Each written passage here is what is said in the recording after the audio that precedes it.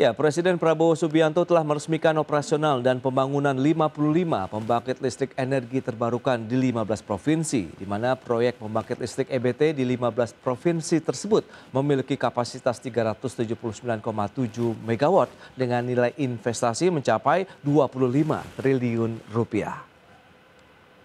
Adalah bagian juga sangat penting dalam kedaulatan suatu bangsa.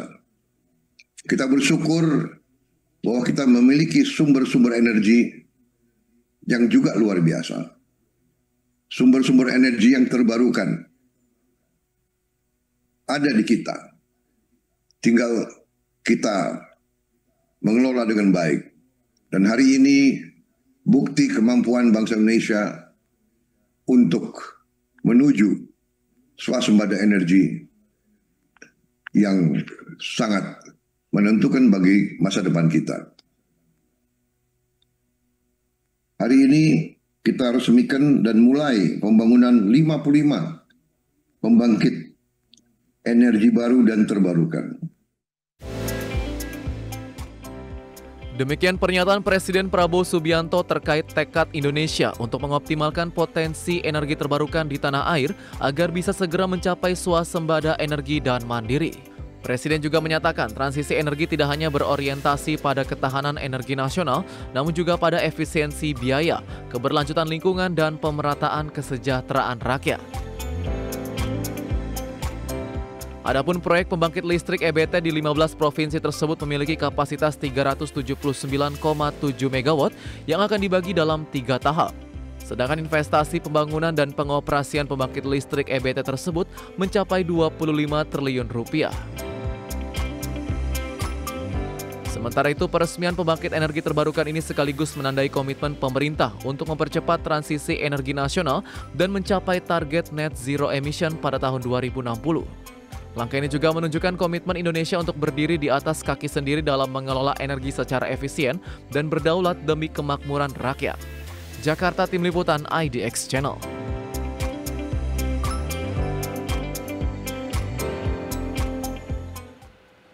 Ya, pemirsa, untuk membahas tema kita kali ini, transisi energi terbarukan pacu swasembada energi nasional, kita sudah tersambung melalui Zoom bersama dengan Bapak Yayan Satyakti, pengamat ekonomi energi dari Universitas Padjadjaran. Halo Pak Yayan, apa kabar?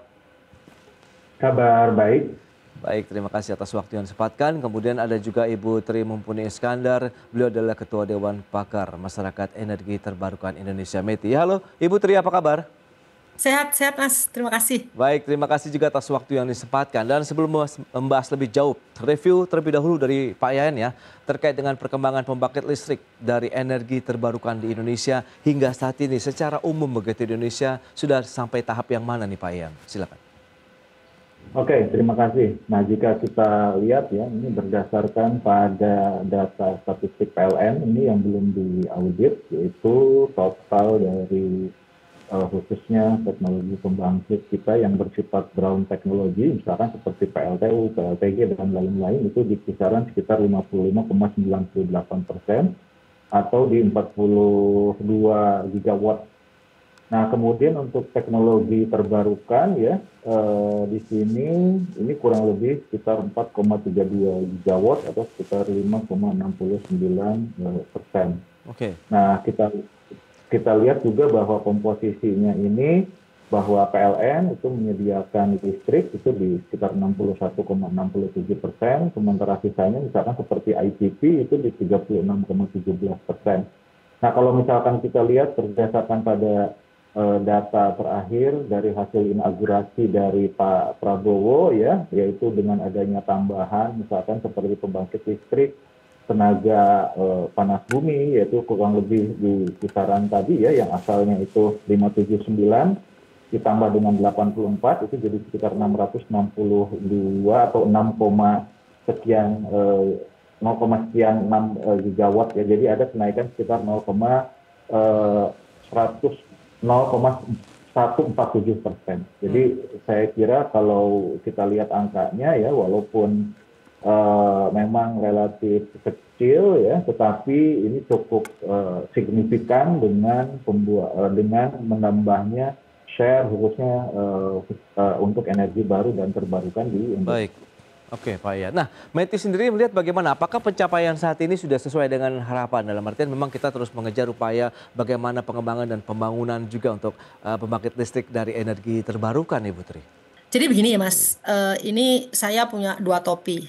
Satu sebagai Ketua Dewan Pakar Masyarakat Energi Terbarukan Indonesia. Oke. Di sisi lain saya juga sebagai pemberdaya listrik untuk masyarakat di desa-desa terpencil gitu. Saya akan bicara sebagai Ketua Dewan Pakar METI.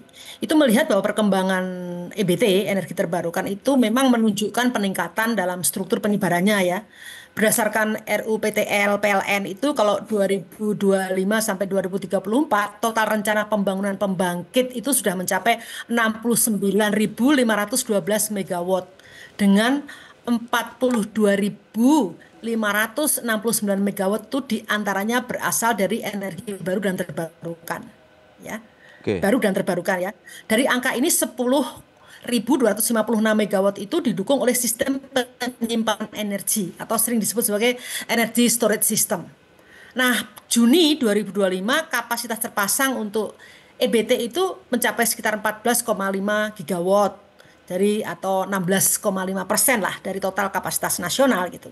Kalau proyeksi bauran energi EBT itu ditargetkan meningkat menjadi 23% pada 2025. Sekarang ini ya, dan 34,3% pada akhir 2034. Rencana ini mencakup pengembangan berbasis sumber daya lokal seperti PLTS di kawasan timur, panas bumi di jalur vulkanik gitu ya, serta pemanfaatan air di bendungan-bendungan milik Kementerian PUPR. Itu kan banyak tersebar di mana-mana sebetulnya. Itu bisa dimanfaatkan dan teknologinya juga sudah tersedia. Namun realisasi ini masih di bawah target. Karena hingga akhir 2024 kemarin PLN itu baru merealisasikan sekitar 13 gigawatt kapasitas EBT dengan penambahan rata-rata tahunan hanya sekitar 0,5 sampai 0,8 gigawatt. Jauh dari kebutuhan tahunan ya sebesar ini perlu ya tambahan kebutuhan tahunan itu 3,5 sampai 5 gigawatt per tahun untuk mencapai net zero emission 2060 nanti gitu.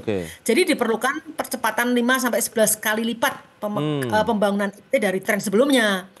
Nah, karena dalam konteks ini Presiden Prabowo sebetulnya sudah menunjukkan ingin ada kemandirian energi yang sangat relevan gitu ya. Nah, pemerintah harus merubah orientasinya dari pembangunan yang bersifat hanya konsumtif itu sebaiknya menjadi produktif dan berdikari. Nah, dalam hal ini kalau sudut pandang pemerintah itu hanya melihat investasi besar-besaran pada sektor energi bersih yang mampu dianggap nanti menopang pertumbuhan industri nasional dan menjaga lingkungan hidup secara berkelanjutan. Tapi di sisi lain sebagai masyarakat saya melihat ini belum menunjuk tercapainya yang disebut sebagai demokratisasi energi, yaitu menyediakan ruang kepada masyarakat untuk mampu membangun pembangkit yang ada di daerah mereka masing-masing.